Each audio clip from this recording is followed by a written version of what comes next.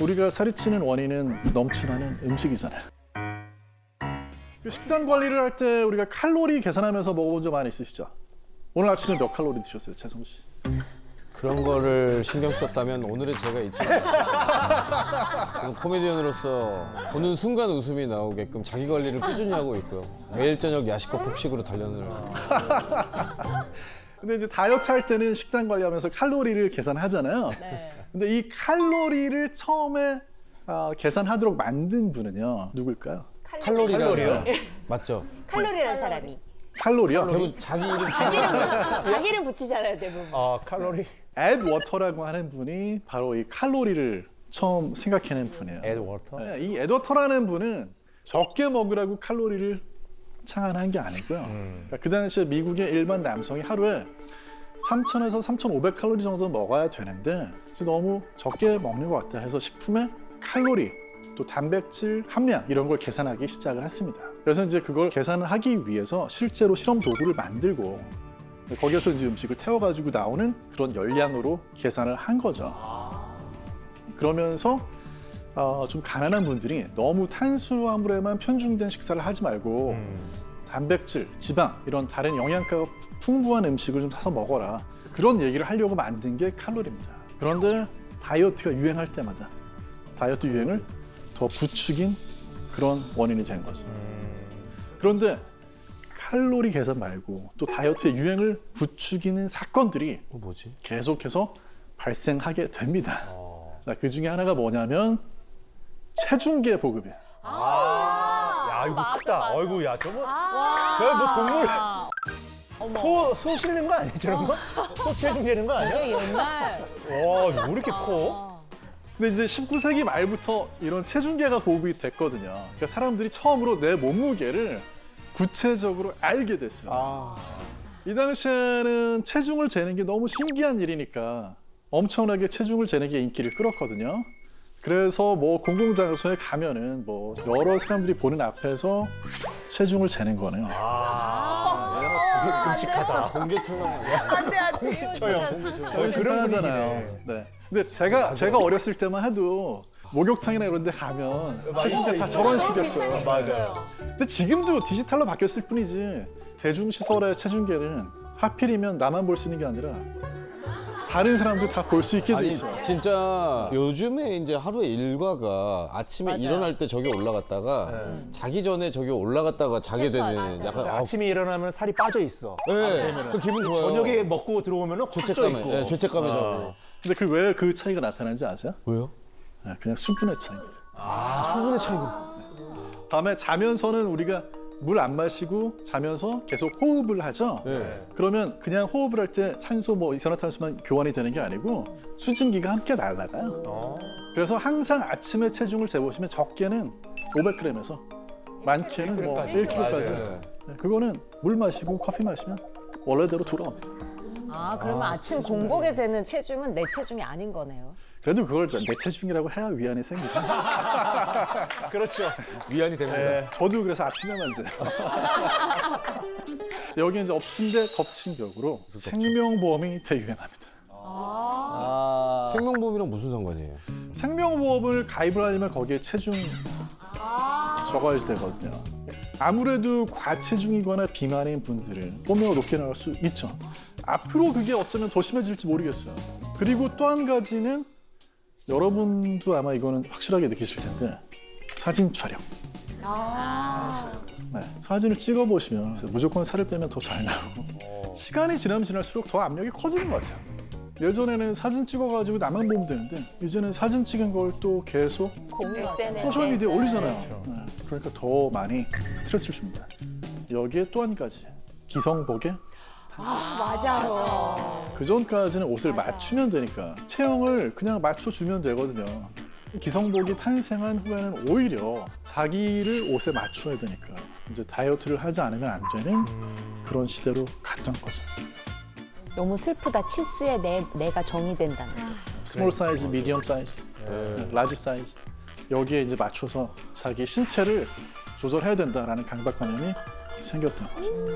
아니 이게 체형이 배가 나오니까 허리 맞으면은 엉덩이 안 맞고 맞아, 또 맞아. 엉덩이 맞으면은 허리가 안 맞고 맞아, 막 맞아. 미친. 게다가 그 와중에 전 팔도 짧아요. 아 저도 그래. 그러니까 이것도 안 되는 거야. 20만 원짜리 막 바지 사면 길이 다리도 짧아가지고 저는 막 10만 원어치 잘라내고 있고 그것도 돈 아까워 죽겠는데 정말.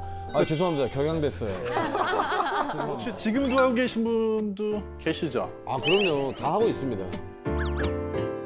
저는 은퇴 후에 바디 프로필을 찍기 위해서 한 달 만에 15kg를 빼봤어요. 어떻게 해요?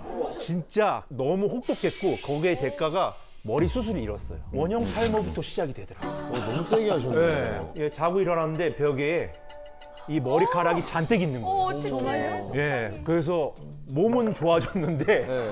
몸은 좋아졌는데 머리를 잃었어요. 머리카락을 잃었어요. 치명적인 네. 부작용. 아마 몸이 스트레스를 받았던 것 같아요. 원형 탈모 같은 경우는 사실 영양 결핍이 문제라기보다는 네. 이게 자가 면역 질환의 하나로 생각이 되고 있거든요. 근데 아마 너무나 스트레스를 받으니까 이게 좀 생겼던 게 아닌가. 근데 저절로 낫기 때문에 걱정은 안 하셔도 되긴 합니다. 그리고 수저 놓고 나면은 꼭 단 게 땡겨요. 아 디저트 맞아. 디저트 먹고 빵이라든지 그런 거 조금씩 먹게 되거든요. 맞아. 근데 그거는 음식을 너무 많이 먹었을 때도 그런 일이 벌어집니다. 왜냐하면 뷔페 가가지고 음식을 어마어마하게 많이 먹잖아요. 그러면 그 고형의 음식들이 위에 가득 채우고 있기 때문에 오히려 혈당은 빨리 안 올라가요. 그러니까 그래서 그때는 그런 유혹에 좀 빠지지 마시고 그냥 물만 드시는 게 좋고. 그러나 그럼에도 불구하고 달콤한 음식을 내가 너무 먹고 싶다라고 하면 빈속에 소량을 먹거나 아니면 식후에 소량을 드셔도 그때는 음식이 많이 들어있으니까. 근데 또 이제 단 거를 또 먹고 나면 네. 또 이제 다시 짠 게 또. 라면 끓여야 되고 빵 먹으면 라면 끓여야 되고 라면 먹으면 또 빵 먹어야 되고 뭐. 네, 실제로 지금 황재성 씨 말씀하신 것처럼 단맛 음식을 먹고 나면 짠맛 음식이 있다. 아, 그렇죠. 네. 맞아요. 그렇죠. 사람은 잡식 동물이기 때문에 네. 한 가지 음식만을 계속 주거나 한 가지 맛만 주면 질려서 다른 걸 찾게 돼 있습니다. 그렇기 때문에 다이어트나 식단 유지를 하실 때는 본인이 제일 좋아하는 음식들로 조금 규칙적으로 살짝 단조롭게 식단을 짜주셔야 더 관리하기가 쉽고. 근데 김규열 교수님, 반드시 성공할 수 있는 어떤 그런 심리학적인 다이어트 꿀팁 같은 게 있을까요? 뭐 단기적으로는 효과가 있는 방법은 그전에 안 먹는 거. 네, 그건 효과가 있는데 어떻게 하면 더 잘 안 먹을 수 있냐면 나 안 먹을 거야 이거보다는 2인칭으로 얘기하면 좀 더 효과가 있습니다. 김경일 너 안 먹을 거야. 자기 암시 네, 하는구나. 그렇죠. 김경일 너 할 수 있어. 네. 그래서 자기 자신을 이렇게 상대방처럼 바라보면서 직접 얘기하시는 게 더 효과가 있다 이런 연구들은 꽤 있어요. 근데 그건 진짜 좋은 방법일 것 같아요. 간헐적 단식이 저한테는 맞는 것 같아서요. 간헐적 단식을 하고 있는데 간헐적 단식이나 이런 단식이 조금 효과가 있지 않나요? 간헐적 단식 같은 경우에는 사실은 인류 역사상 제일 오래된 식사법이라고 봐야지 맞을 것 같아요. 우리 그런 얘기 하잖아요. 원시인 다이어트는 고기 많이 먹는 거였을 거다. 근데 인류학자들이 이분들하고 실제로 뭐 2주건 3주건 한 달이건 같이 생활을 하면서 다녀보면요. 사냥해서 성공률이 3점이요? 3.4%밖에 안 돼요. 다 실패하시는 거예요? 네. 사냥해가지고 고기를 먹고 살다가는 굶어 죽습니다. 간헐적 단식을 할 수밖에 없는 거죠. 간헐적 단식을 하게 돼서 어느 정도 시점이 이르게 되면 자가포식이라고 그래가지고 세포에서 우리 몸의 에너지가 지금 좀 부족한 상태구나. 그러니까 지금 막 펑펑 에너지를 쓸 때가 아니고 좀 자기 복구를 해야 되겠구나 하는 식으로 전환이 된다는 거죠. 실제로 이제 간헐적 단식에 대해서 효과가 있는지 연구를 해보니까 한 3kg에서 5kg 정도 체중이 감량이 되는 효과가 있는 걸로 나타났어요. 훌륭하네. 제일 이제 걱정이 되는 건 뭐냐면 혹시 오늘 단식을 하고 내일 먹으면 폭식을 하게 되지 않을까. 사실은 전날 먹은 거에 비해서 다음날 한 10에서 20%밖에 더 많이 안 먹어요. 그러니까 결국은 말이 간헐적 단식이고 사실은 소식인 겁니다. 그러니까 뭐 이렇게 막 엄청나게 많이 먹을 것 같으면 기회가 오면 생각보다 적게 먹는 거죠. 질문이 있는데요. 위가 줄어드는 데는 얼마나 시간이 걸리나요? 위가 줄어드는 기간만 알면 다시 복구가 돼도 약간 그 정도만 노력하면 되겠구나 싶어서. 위장의 크기 자체는 네. 다이어트를 한다고 해서 줄어들지도 않고요. 진짜. 거짓말이네. 적게 먹으면 위장이 줄어든다고 했잖아. 그러니까 들어도 다이어트에 별로 도움이 안 돼요. 뭐 사실 위를 크기를 줄이는 게 문제라고 한다면 위를 잘라내거나 뭐 하는 수술 말고도 위에 풍선을 집어넣어도 되겠죠. 근데 위에다가 풍선을 집어넣어서 공간을 줄여주는 그런 방식으로는 효과가 거의 없습니다. 그러니까 우리가 음식을 먹을 때 중요한 거는 음식을 먹고 나가지고 뇌에서 어떻게 포만감을 느끼고 어느 정도 먹었을 때 멈출 수 있고 하는 거지 위가 뭐 이렇게 작아진다고 해서 도움이 되지는 않아요. 네, 그걸 이겨낼 수 있는 방법은 사람한테는 되게 많거든요. 그래서 다이어트에는 사실 효과를 떠나가지고 굉장히 위험한 그런 다이어트들도 많거든요. 뼈말라족이라고 얘기 아마 들어보셨죠? 뼈말라족. 네? 뼈만 가죠? 뼈만 가죠? 네, 뼈말라족. 뼈만 가 사골 볶는 거죠, 이게 뭐지? 날씬한 걸 넘어서 가지고 뼈만 남은 거죠.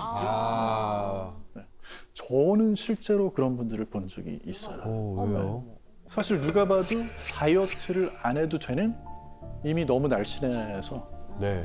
약에 도움이 필요 없는 분들인데 이분들이 이제 그런 다이어트 약을 처방을 타러 오는 경우가 있어요. 강박증 아니야? 불행히도 이제 이런 마른 몸을 선망하는 10대 청소년이 많다 보니까 10대 청소년들한테 퍼져 있는 아주 위험한 다이어트 방법들이 있습니다. 어떻게 해요?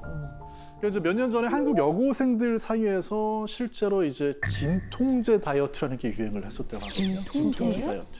네, 진통제를 한 번에 막 여러 알을 먹는 거. 너무 위험한데. 그러면은 구토랑 설사를 계속하게 돼가지고 야, 그거 사흘 만에 뭐 5kg이 빠진다더라. 이런 속설이 SNS를 타고 번져가지고 문제가 됐었죠. 근데 학생들이 그러니까 좀 걱정이네요. 근데 이제 뭐 어지러운 거는 물론이고 진통제를 그런 식으로 한 번에 여러 알을 먹게 되면은 간 기능이라든지 또는 위장에 손상이 일어나게 돼가지고 정말 치료를 제대로 받지 않으면 사망에까지도 이를 수 있는 그런 위험한 다이어트입니다. 근데 또 이제 식욕 억제제나 보조제 이런 것들도 아마 이제 다수 언론 보도를 보셨겠지만 이제는 식욕 억제제라고 하면 위험한 약으로 인식을 하고 있죠. 뭐 특히 이제 나비약이라고 그래가지고 성분은 펜터민이라고 하는 성분이 들어있는 거거든요. 이제 이 약을 가지고 다이어트 하려다가 마약 사범이 되고 환각제 이런 거구나. 부작용이 심하네요. 그래서 청소년들이 그렇다고 병원 가가지고 처방받는 거는 못 하겠으니까 인터넷으로 또 불법으로 이 약을 구입을 하고 오남용을 하다가 경찰에 이제 붙잡혀가지고 왜냐하면 이런 것들이 전부 향정신성 의약품이거든요. 그래서 문제가 아주 심각한 거죠.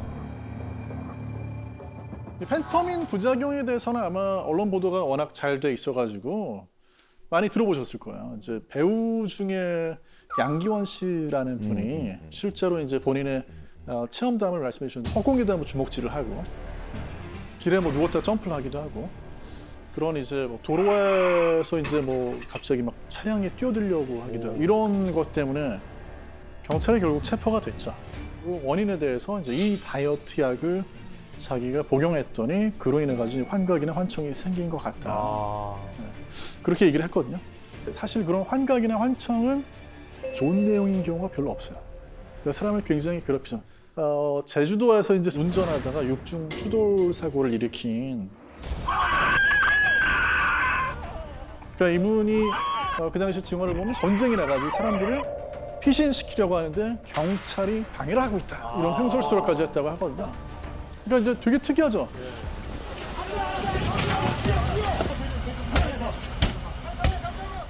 그 식욕 억제제를 먹었는데 전쟁 때문에 사람들이 피난 가는 환각이 보였다는 게 이해가 안 가는데 김규열 교수님 혹시 그 생존에 대한 욕구와 식욕이 이렇게 갑자기 분리가 되는 순간이 있는데 그게 바로 극단적으로 도피해야 되는 상황. 예, 그때는 식욕이랑 분리가 되거든요. 어머. 예, 그래서 뇌가 이제 역으로 식욕이 분리가 되네라고 하면 난 지금 도피를 해야 되는 상황이 아닌가? 환청의 종류를 그렇게 결정하는 게 아닌가 싶기도 해요. 네.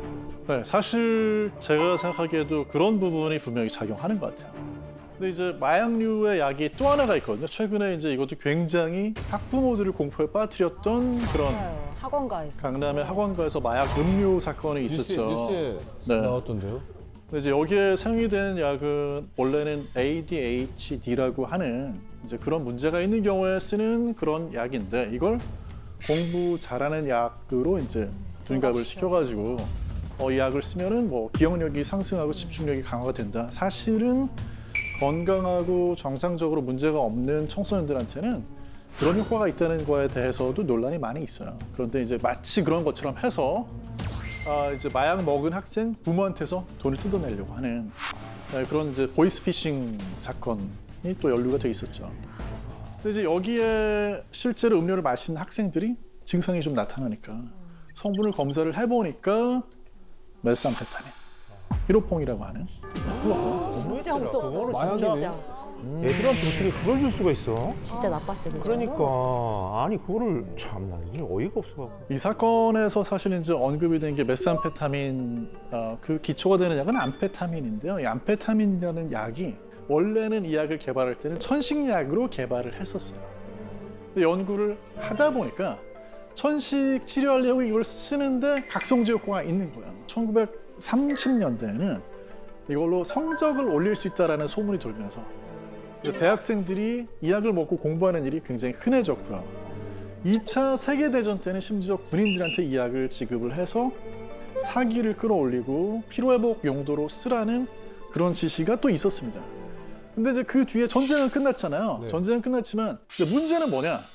그 군인들의 와이프, 부인들이 있었어요. 가족들이. 왜 썼느냐? 식욕을 누르고 체중을 줄이는 용도로 쓴 거죠. 그래서 1930년대 중반에는 이미 제약회사들에서요, 이 약을 체중 감량 용도로 쓰라고 광고 홍보를 하기 시작을 했습니다. 근데 그 결과 당시 미국 의사들도 안전하다고 생각하고 묻지도 따지지도 않고 처방을 건네는 경우가 많이 있었어요. 그런 일로 인해서 지금까지도 전 세계적으로 이런 약들이 오남용되는 경우가 굉장히 많습니다. 1930년대에도 다이어트를 하다가 굉장히 많은 사람이 사망하는 일이 있었고요. 이 약은 이제 디나이트로페놀이라고 하는 그런 약인데 사실은 살충제 성분이고 아이고. 또 폭약 성분이기도 해요. 그런데 이 약을 이제 사용을 하게 되면 몸에서 대사를 좀 촉진시켜가지고 열이 많이 나요. 우리가 고열이 떨어지지 않으면 응급실 가야 되죠. 42도도 넘어가는 그런 고열이 계속되는 거야. 약을 먹고 8시간이 지났는데도 사망까지 가는 경우도 있지만 시력을 또 잃어버려가지고 문제가 생기는 거야. 근데 이제 요즘에도 이런 약들이 계속 문제가 되는데 2000년부터 2010년까지 10년 동안에도 심지어는 그때는 저 약이 이미 금지가 된 상태였는데 어떻게 해서든지 그걸 막 구해가지고 또 하나는 이런 약들을 위험한 약들을 사람들이 쓸 때는요 어떤 생각을 하게 되냐면 효과가 좀 있는 것 같은데 내 맘대로 하나를 더 먹어볼까? 두 알을 더 먹어볼까? 하다가 응급실에 실려갈 때까지 가는 거죠. 그리고 이제 2015년에는 알약 8개를 복용을 해가지고 병원에 실려가는 그런 사건도 있었거든요. 아까도 말씀을 드렸지만 더 먹으면 더 먹을수록 좋겠지라고 생각해서 오남용을 하게 되고 치사적으로 가거든요. 이분은 치사량보다 6배나 높은 약을 복용을 해가지고 해독할 수 없는 그런 상태였고 병원에서 이제 실려가가지고 3시간 만에 사망을 해요.